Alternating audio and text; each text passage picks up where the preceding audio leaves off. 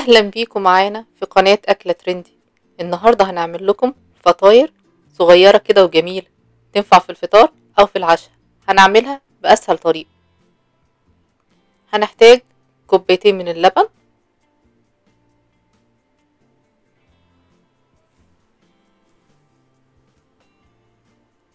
معلقة كبيرة من السكر، معلقة كبيرة من الخميرة، ونقلبهم مع بعض كويس.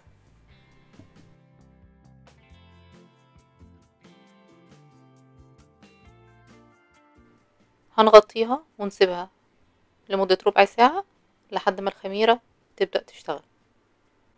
دلوقتي هنضيف 7 كوبايات من الدقيق،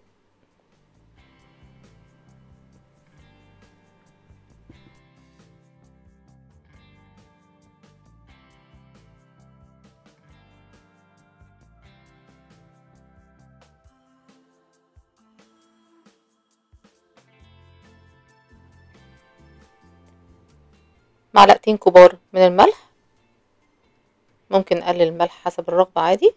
هنقلبه كويس مع الدقيق.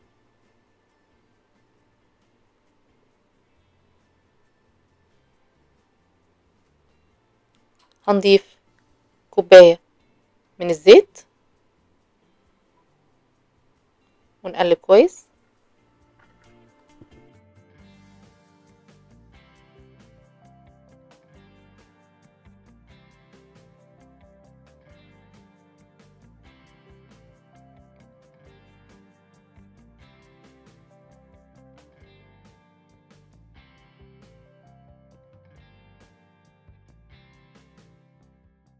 دلوقتي هنكمل عجن بره على السطح كده عشان يتعجن كويس بايدينا. نفضل نعجن فيه كده لحد ما نحس ان العجينة بدأت تطرى وتتلم معانا كويس زي ما حضراتكم شايفين شكلها. هنحطها في البولة تاني ونغطيها ونسيبها لمدة ساعة لساعة ونص كده لحد ما تتخمر وتضاعف حجمها. العجينة خلاص اتخمرت. هنبدأ بقى نشكلها.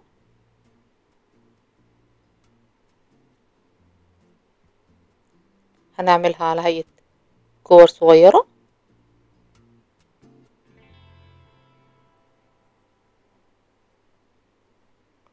زي ما حضراتكم شايفين ده الحجم اللي احنا عاوزينه.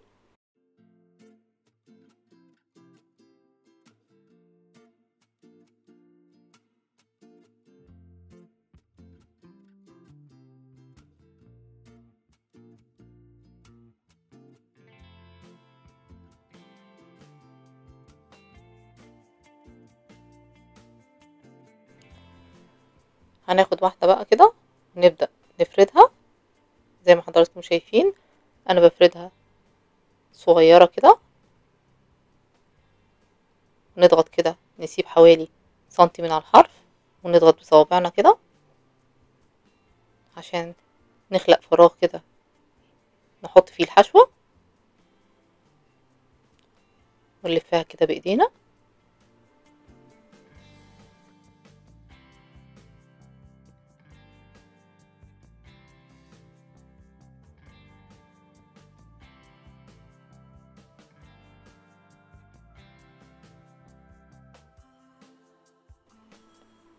نفضل كده لحد ما نوصل للشكل ده.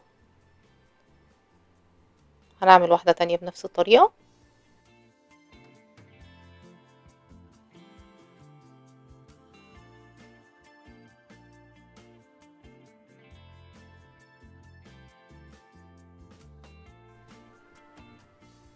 دلوقتي خلصنا كل كمية.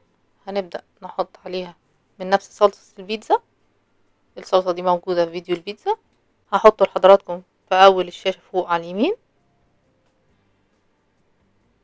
الفطار دي حلوة جدا وبتبقى خفيفة كده جنب كوباية الشاي في الفطار الصبح كده. هتعجبكم خالص ان شاء الله، تجربوها وتعملوها احسن من بتاعتي، ويا ريت تسيبولي تعليقاتكم.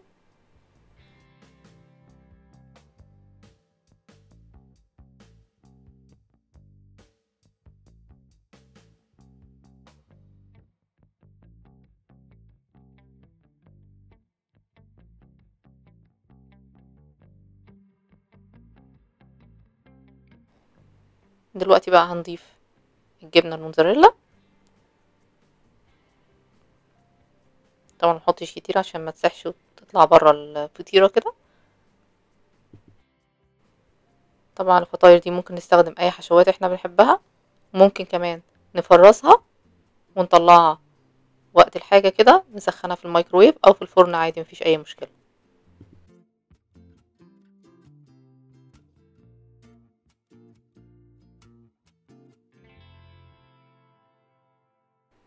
انا هنا عاملة عصاج من اللحمة المفرومة، ممكن نحط اي حشوة زي ما قلت لحضراتكم.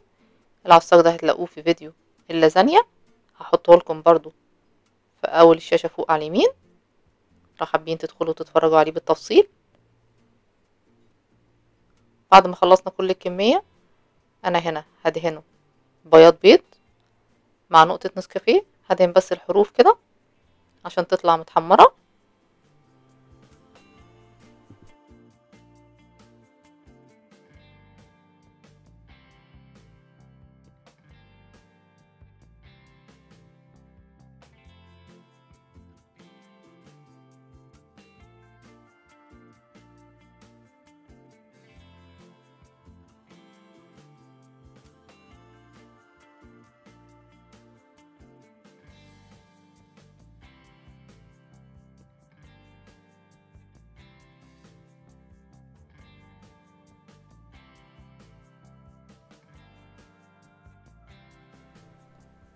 هنبدأ نرش سمسم كده على الحروف بس عشان يديها طعم حلو وشكل كمان جميل.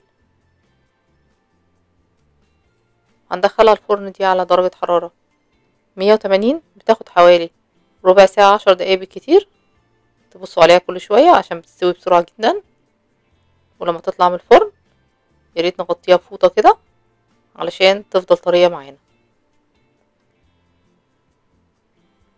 شايفين شكلها طالع عامل ازاي؟ ما شاء الله تحفة، ريحتها حلوة جدا وهتخلص في ثواني، مش هتلحقوا حتى تفرزوها، وهشة كده وطرية جميلة جميلة جدا. ما تنسوش تشتركوا في القناة وتفعلوا الجرس. اشوفكم في اكلة جديدة، مع السلامة.